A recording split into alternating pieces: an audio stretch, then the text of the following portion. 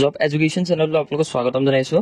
ইতিমধ্যে ministry of আয়ুষৰ ফালৰ পৰা আহিছে ভেকেঞ্চি নতুনকৈ। ইয়াতে আপোনালোকৰ উল্লেখ কৰিছে central council for research in ayurvedic science, অৰ্থাৎ আপোনালোকে যদি চাই এইখিনি হৈছে আয়ুষ ডিপাৰ্টমেণ্টৰ ফালৰ পৰা আহিছে, যিখিনি অসম গভৰ্ণমেণ্ট নহয় চেণ্ট্ৰেল গভৰ্ণমেণ্টৰ এইখিনি জব হয়। আৰু ইয়াতে এডভাৰটাইজমেণ্ট নাম্বাৰ উল্লেখ কৰি দিছে, ভেকেঞ্চি এনাউন্সমেণ্ট কৰিছে, যিটো শ্বৰ্ট ফৰ্মত কোৱা হয় CCRAS। আৰু ইয়াৰ বাবে ভেকেণ্টটো মুকলি হৈছে গ্ৰুপ A, B আৰু C পোষ্ট। ইয়াতে 10, 12 আৰু গ্ৰেজুৱেটসকলে এপ্লাই কৰিব পাৰিব।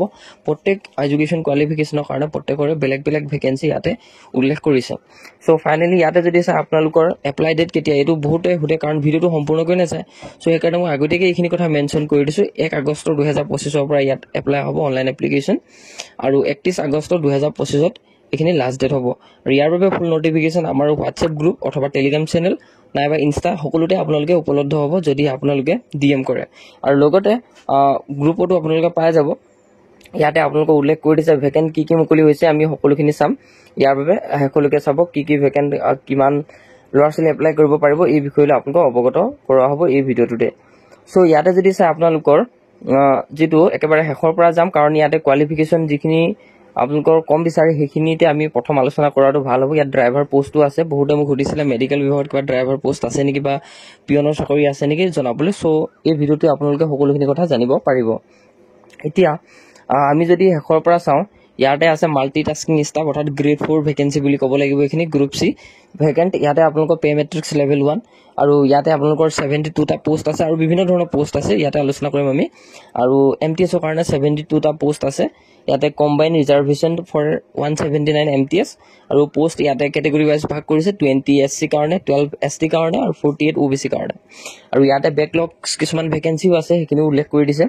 মেক্সিমাম আপোনালোকৰ 27 ইয়াৰ্ছ, তাতকৈ বেছি হ'ব নালাগিব, অৰ্থাৎ 18 পৰা ইয়াত ধৰিছে 18 পৰা 27লৈকে যিসকল কেণ্ডিডেট আছে তেওঁলোকে এপ্লাই কৰিব পাৰিব। ইয়াতে ডিচিপ্লিনছ অফ MTS পোষ্ট মেনশ্যন ইয়াত উল্লেখ কৰিছে মেট্ৰিকুলেশ্যন হ'ব লাগিব, অথবা আপোনালোকে equivalent qualification from A recognise board অথবা ইনষ্টিটিউশ্যনৰ পৰা পাছ কৰিলে হ'ব, অৰ্থাৎ 10 পাছলৈ ইয়াতে এপ্লাই কৰিব পাৰিব, সেইটো কথা মেনশ্যন কৰিছে। যদি নেক্সট চাওঁ আমি কি কি ভেকেণ্ট আছে, multi tasking staff group C, ইয়াতে যদি চাই 107টা আৰু অন্যান্য ধৰণৰ ইয়াতে মাল্টি টাস্কিং ষ্টাফ আছে, যিখিনি কাৰণে কিছুমান আপোনালোকৰ ইয়াতে লাগিব ইণ্ডাষ্ট্ৰিয়েল ট্ৰেইনিং ইনষ্টিটিউট, অৰ্থাৎ আপোনালোকৰ যিসকলৰ কোনো ধৰণৰ এক্সপিৰিয়েঞ্চ নাই বা কোনো ধৰণৰ আপুনি এক্সট্ৰা চাৰ্টিফিকেট নাই, তেতিয়া আপুনি সেই মই এতিয়া যে ক'লোঁ যিটো 27 নম্বৰ সেই তাত এপ্লাই কৰিব পাৰিব, অৰ্থাৎ এই পষ্টখিনি এপ্লাই কৰিব পাৰিব। আৰু নেক্সট যিখিনি এতিয়া মই ক'ম MTS, এইখিনি MTS লেভেল 1 হয়। ইয়াতে আপোনালোকৰ দৰমহাটো যথেষ্ট ভাল হয়। আৰু ইয়াতে আপোনালোকৰ ফিল্ড এছিষ্টেণ্ট ভেকেণ্ট আছে, পঞ্চকৰ্মা ভেকেঞ্চি আছে, ফাৰ্মেচী আছে, MTS pharmacy attendant, MTS dresser আছে, MTS cook, MTS ward boy, MTS ward আয়া আৰু MTS এনিমেল এটেণ্ডেণ্ট, এনেকুৱা ধৰণৰ ভেকেঞ্চি ইয়াতে আছে। ৰুম এটেণ্ডেণ্ট ভেকেঞ্চি ইয়াতে 107টা আছে।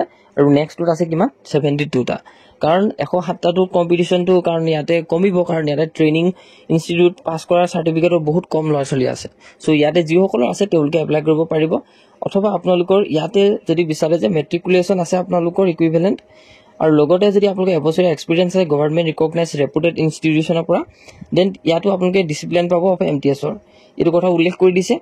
আৰু নেক্সট যদি চাই আপোনালোকৰ ড্ৰাইভাৰ ভেকেঞ্চিখিনিৰ কাৰণে ইয়াতে পে মেট্ৰিক্স লেভেল 2 হয়, লেভেল 2, আৰু ইয়াতে ৰিভাইজড PB1, আৰু ইয়াতে পোষ্ট 5টা আছে। OBC কাৰণে আছে এটা, আৰু আনৰিজাৰ্ভৰ কাৰণে 4টা, অৰ্থাৎ সকলো কেটেগৰীৰ কাৰণে ইয়াতে আছে অপেন কেটেগৰী। আৰু ইয়াতে 18 পৰা 27 ইয়াৰ্ছলৈকে হ'ব লাগিব, মেট্ৰিক পাছ হ'ব লাগিব, valid driving licence, light heavy vehicle, তাৰপিছত এক্সপিৰিয়েঞ্চ থাকিব লাগিব 2 বছৰ যদি আপুনি ড্ৰাইভাৰ পোষ্টত এপ্লাই কৰে। আৰু যদি চাই security in-charge group C vacant, ইয়াতো লেভেল 5 হয়। ইয়াতে এটা আনৰিজাৰ্ভত আছে, ইয়াতে ডিগ্ৰী লাগিব ইউনিভাৰ্চিটিৰ পৰা, এটলিষ্ট 3 বছৰ এক্সপিৰিয়েঞ্চ লাগিব আপোনালোকৰ কেয়াৰ টেকিং ৱাটছ এণ্ড ৱাৰ্ড কো work in government, semi government অৰ্থাৎ পাব্লিক আণ্ডাৰটেকিং ইনষ্টিটিউটৰ পৰা হ'লেও হ'ব, অৰ্থাৎ ৰেপুটেড ইনষ্টিটিউশ্যনৰ পৰা যদি আছে দেন আপুনি ইয়াতে এপ্লাই কৰিব পাৰে। আৰু ইয়াতে নেক্সট যদি আমি চাওঁ junior medical laboratory technology, laboratory vacancy বহুতে সুধি আছিলে। চ' ইয়াত আছে এটা SC কাৰণে পোষ্ট, ইয়াতে 12 পাছ বিচাৰিছে, যিটো ছায়েন্স ছাবজেক্ট হ'ব লাগিব। আৰু লগতে ইয়াতে DMLT from any government recognise ইনষ্টিটিউশ্যনৰ পৰা এবছৰীয়া আপোনালোকৰ এক্সপিৰিয়েঞ্চ ইয়াতে বিচাৰিছে। আৰু মেডিকেল ভেকেঞ্চি মানে ইয়াতে এক্সপিৰিয়েঞ্চ বহুতখিনি বিচাৰে। চ' যিসকলৰ আছে তেওঁলোকে নিশ্চয়কৈ এপ্লাই কৰিব পাৰিব, যিসকলৰ নাই MTS পদত এপ্লাই কৰিব পাৰিব। আৰু লাইব্ৰেৰী ক্লাৰ্কৰ ভেকেঞ্চি আছে গ্ৰুপ C, এটা পোষ্ট আছে ইয়াতে আনৰিজাৰ্ভৰ কাৰণে, ইয়াতো 12 পাছ বিচাৰিছে।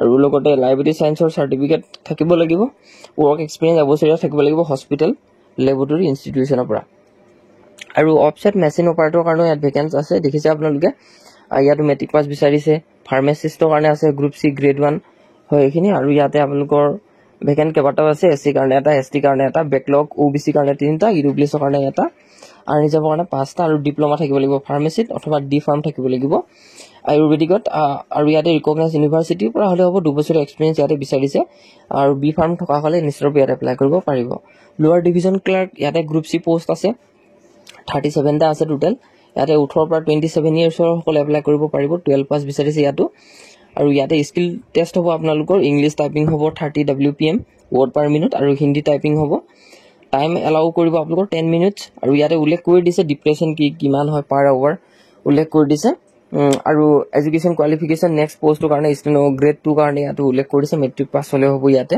শৰ্ট হেণ্ড আপোনালোকৰ 100 WPM আৰু টাইপ ৰাইটিং 40 WPM লাগিব ডিজাৰেবল আপোনালোকৰ ডিগ্ৰী লাগিব ইয়াতে আৰু এইখিনি দেখিছে সকলোখিনি ভেকেন্সি উল্লেখ কৰি দিছে আৰু যদি আপুনি ভাবে আপাৰ ডিভিজন ক্লাৰ্ক এপ্লাই কৰো বুলি তেনে আপোনালোকৰ ডিগ্ৰী পাছ হলে ইয়াতে এপ্লাই কৰিব পাৰিব ইয়াতে কোনো ধৰণৰ আপোনালোকৰ এক্সট্ৰা ট্ৰেইনিং প্ৰগ্ৰাম বা এক্সপেৰিয়েন্স ইয়াতে বিচৰা নাই নেক্সট আছে ষ্টেটিষ্টিকেল এসিস্ট্যান্ট গ্ৰুপ সি আৰু ইয়াতে যদি স্যাৰ দুটা পোষ্ট আছে মাস্টাৰ ডিগ্ৰী ষ্টেটিক্সৰ লাগিব অথবা ম্যাথমেটিক্স উইথ ষ্টেটিক্স যদি এটা subject as one of the subject graduate হ'ব লাগিব তেতিয়া ইয়াতে এপ্লাই কৰিব পাৰিব আৰু ষ্টেনোগ্ৰাফাৰ গ্ৰেড 1 ৰ কাৰণে ইয়াত ভেকেন্ট আছে ইয়াতো আপোনালোকৰ মেট্ৰিক পাছ হলে হ'ব ইয়াতো আপোনালোকৰ টাইপিং টেষ্টৰ কাৰণে উল্লেখ কৰি দিছে আৰু ইয়াত দেখিছে ৰিসাৰ্চ এসিস্ট্যান্ট ফাৰ্মাসি কাৰণে এনে ধৰণৰ সকলোখিনি ভেকেন্ট ইয়াতে দেখিলে আপোনালোকে নিশ্চয়ৰূপে কাৰণ ভিডিওটো বহুতখিনি কথা কৈলে বহুত দীঘল হৈ যাব সো যিখিনি ইম্পৰ্টেন্ট কথা সেইখিনি আমি আলোচনা কৰি দিছো আৰু ইয়াতে এপ্লাই কৰা ডেটটো আপোনালোকে গম পালে 10 12 গ্ৰেজুৱেট সকলে এপ্লাই কৰিব লাগিব এইখিনি গম পালে আৰু পিডিএফ টো পাবলৈ হলে আপুনি নিজেও চাব পাৰিব